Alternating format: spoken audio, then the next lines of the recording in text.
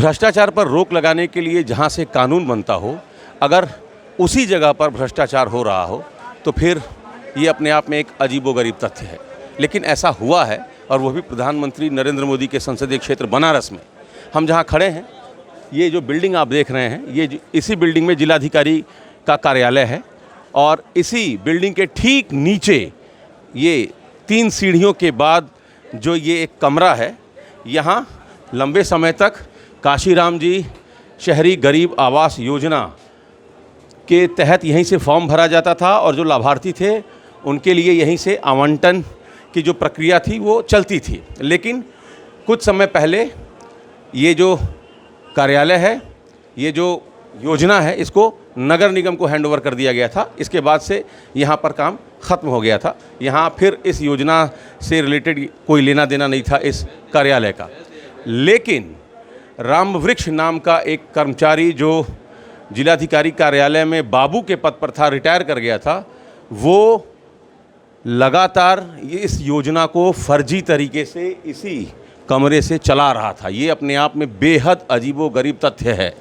जिलाधिकारी जहां बैठते हों उसके ठीक नीचे ये भ्रष्टाचार का एक नया शिगुफा यहां से छेड़ा जा रहा था। और ये बात जब प्रकाश में आई, प्रशासन के हाथ पांव फूल गए। एडीएम प्रशासन ने तत्काल इसका संज्ञान लेते हुए अब एफआईआर दर्ज करने की प्रक्रिया चल रही है रामवृक्ष पे।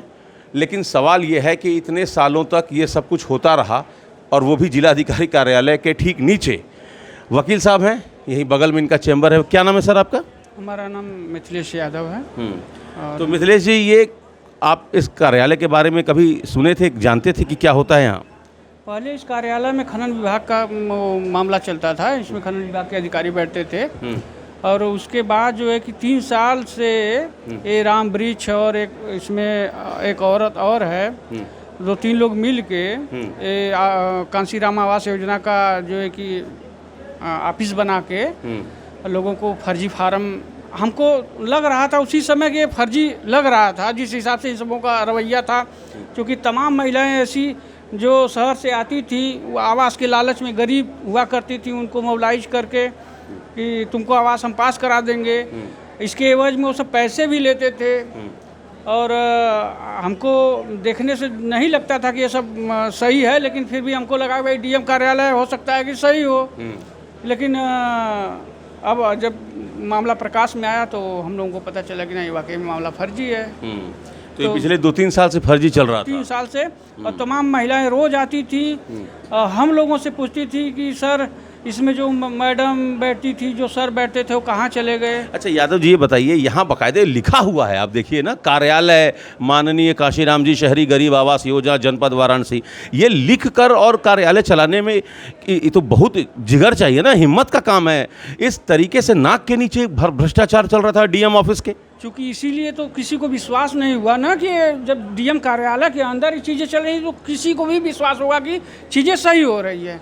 लेकिन इसके आड़ में जब मामला फर्जी हो रहा है तो उसमें कोई भी कैसे विश्वास कर पाएगा, क्योंकि मामला तो कार्यालय के अंदर हो रहा है ना। तो इतना अभी भी लाभार्थी आ रहे हैं, आज भी 2-3 लोग आए जी। मुझे पता चला कि इस तरह से जो फर्जीगिरी आवास योजना का ये लोग फार्म बांट रहे हैं, और मुझे आश्चर्य तब हुआ कि डीएम ऑफिस के बिल्डिंग में एक बाकायदे एक खनन विभाग के ऑफिस में बैठ के इस तरह से कृत्य की जा रही है। तो उसमें कोई भी व्यक्ति या कोई भी अधिवक्ता या जो भी आवास योजना के तहत फॉर्म लेने आ रहे हैं, सबको यही विश्वास था कि जब इस तरह से कार्य हो रहा है और डीएम वो बिल्डिंग के में कार्यालय खोल के हो रहा है तो सही ही होगा। लेकिन अभी 2-3 दिन से ये जो ह्यूमर फैला कि ये इस तरह से गलत कार्य हो रहा है, तो हम भी आज देखे यहाँ पास आए हुए हैं, देखे हैं इस चीज़ की जांच पड़ताल करने, तो पता चला कि ये लोग ताला लगा के भागे हुए हैं और ये पूर्ण रूप से फर्जी है। पता नहीं कितने ऐसे लोगों का ये पैसा लेके गबन कर लिए होंगे, कितने फॉर्म जमा किए होंगे, उनका क्या मिसयूज करेंगे, अब ये तो वही बता सकते हैं। चलिए, तो पिछले 3 साल से यहाँ फर्जी तरीके से कार्यालय बनाकर और शहरी आवास योजना काशीराम जी के नाम पर चलाई जा रही थी डीएम ऑफिस के ठीक नीचे। अब जब सारा मामला प्रकाश में आया है तो प्रशासन ये कह रहा है कि जो रिटायर बाबू है रामवृक्ष, हम उस पर एफआईआर दर्ज करने जा रहे हैं। कार्याधिकारी जिला में आए कचहरी में काशीराम आवास के लिए फॉर्म भरवाने, फॉर्म भी यहीं भराता था, हम लोग यहीं जमा भी किए हैं। एक बार 2011 में भी हमारी माताजी की रही तो नहीं हुआ, उनका नहीं हुआ। इस बार फिर 2023 में काफ़ी ज़्यादा भीड़ के मात्रा में सब लोग, महिलाएं पुरुष सब लोग भरा था, फिर भी नहीं हुआ। अभी काफ़ी समय से हम यहाँ पे दौड़ रहे हैं, कम से कम फॉर्म भरने के 3-4 बार आ चुके हैं यहाँ पर। काशीराम आवास योजना जो है नगर निगम को हैंडओवर कर दिया गया है, कहा जा रहा है कि ये दफ्तर ही फर्जी है। सर ये तो हमें नहीं पता, लेकिन जब हम भरे यहीं थे तो हमें यहीं बुलाया जाता था। अभी हमको भरे लगभग 1.5 साल हो गया है।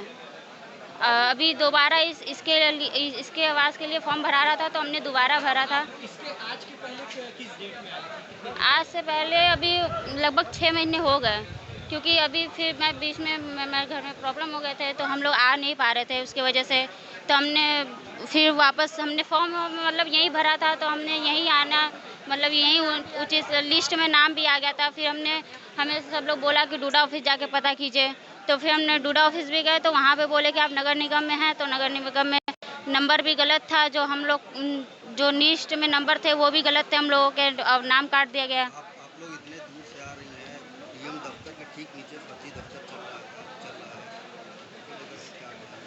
अब ये तो हमें नहीं पता था सर कि ये फर्जी है। अब हमें तो जो बोला कि यहाँ भरा रहा है वहाँ भरा रहा है, हम लोग बस दौड़ रहे हैं। जब आप अपने फॉर्म भरा उसका कुछ पैसा लिया गया था फॉर्म भरने नहीं, के लिए? फॉर्म भरने का पैसा नहीं लिया गया था, फॉर्म भरने का पैसा नहीं लिया गया था। उसके बाद जब आपका नाम आ गया तब कुछ पैसा की डिमांड हुआ था?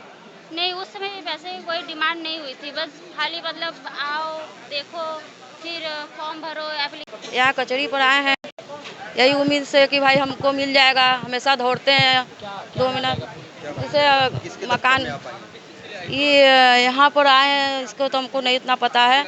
हाँ, काशीराम आवास के लिए आए हैं, फॉर्म भराए थे कि हम भाई यहाँ दौड़ रहे हैं कि मिल जाएगा, इसी से अभी तक तो हमको मिला नहीं। फॉर्म वगैरह भरे थे आप? हाँ भरे थे पूरा जमा, ये भरे थे। कब भरे थे? 2023 में। ये बताइए, ये जो दफ्तर है आप कचहरी में आए, हाँ हाँ, कहाँ पे आए? कचहरी पर यही। लेकिन ये दफ्तर तो नगर निगम में है, तो यहाँ पे कि दफ्तर इसके पहले भी आए हैं? हाँ यही ठन आते हैं हम हमेशा पता लगाने के लिए। बोलते थे ये कुछ पैसे वैसे की डिमांड करते थे, नहीं, कहा जा रहा है कि ये दफ्तर ही फर्जी है यहाँ पे। अभी तो नहीं मालूम, पैसे को तो नहीं बोले। फिर यहाँ से गए गुना ऑफिस, तो गुना ऑफिस गए तो वहाँ वो बोल रहे हैं कि आप निगम में रहती हैं, नाम काट दिए हैं, लिस्ट में मेरा नाम आ गया है। हाँ लिस्ट में नाम आ गया, वहाँ गए तो बोल नाम काट दिए, बोले कि आप नगर निगम में बताइए। हम नगर निगम कहाँ से रहेंगे, हम तो किराया पर रहते हैं। कहा जा रहा है कि ये दफ्तर पूरी तरीके से फर्जी है यहाँ सर तब इतना हम लोग को तो पता नहीं है।